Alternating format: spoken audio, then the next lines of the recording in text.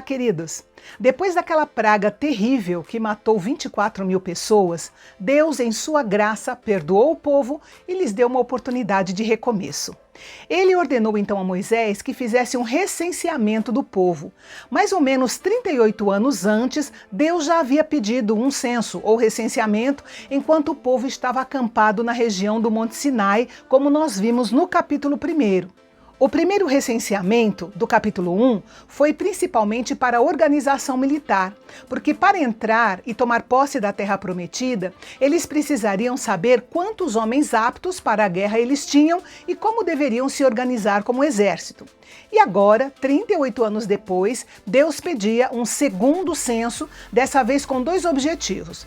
O primeiro objetivo era, mais uma vez, a organização militar, e, portanto, só os homens seriam contados. O povo estava acampado nas campinas de Moabe, perto do Rio Jordão, do outro lado de Jericó. Moisés e o sacerdote Eleazar falaram aos homens para começar o recenseamento dos homens de 20 anos para cima.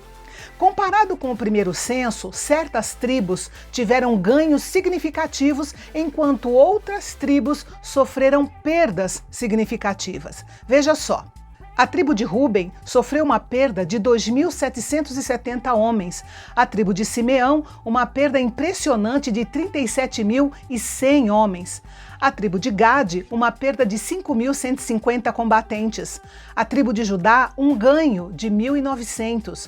A tribo de Issacar, um ganho de 9.900. A tribo de Zebulon, um ganho de 3.100. A tribo de Manassés, um ganho notável de 20.500. A tribo de Efraim, uma perda de 8.000 homens. A tribo de Benjamim, um ganho de 10.200 homens. A tribo de Dan, um ganho de 1.700 homens. A tribo de Azer, um ganho de 11.900. A tribo de Naphtali, uma perda de 8.000. No primeiro censo, havia 603.550 homens prontos para a guerra. 38 anos depois, eles eram 601.730 homens prontos para a guerra, uma perda de 1.820 homens. A diminuição do número de soldados foi mais expressiva nas tribos de Gade, Ruben e principalmente Simeão, que teve o maior decréscimo. É possível que a maioria dos rebeldes que foram atingidos pelas pragas tenham sido ou eram dessas tribos. A estagnação da população reflete o estado espiritual de Israel durante aqueles 38 anos. Era de se esperar que eles crescessem, como é normal no decorrer das gerações, mas em vez disso, eles simplesmente estagnaram. Os 38 anos no deserto foram anos de nenhum crescimento praticamente, nenhum avanço, apenas andando em círculos até que a geração de descrentes morresse e surgisse uma geração de fé e ousadia suficientes para tomar posse da terra prometida. O segundo objetivo do segundo censo era para se ter uma ideia de quanta terra cada tribo precisaria quando entrasse para possuir Canaã. Sem dúvida, o tamanho da tribo ajudaria a determinar a quantidade de terras que ela receberia. E é bom relembrar aqui que a tribo de Levi não receberia terras em herança como as outras tribos. Do primeiro para o segundo censo, o número de levitas aumentou de 22.000 para 23.000. Eles seriam espalhados no meio das outras tribos, conforme a ordem do Senhor. E havia pelo menos 3 motivos para isso. Primeiro, porque Jacó, quando abençoou seus filhos, profetizou que a descendência de Levi seria distribuída por toda a terra por causa da violência deles para vingar sua irmã Diná, como nós já vimos no capítulo 34 de Gênesis. O segundo motivo era porque, espalhados entre as outras tribos, os levitas tinham mais oportunidades de cumprir a sua tarefa de ensinar a lei de Deus a um número maior de pessoas e de influenciá-las a serem fiéis ao Senhor.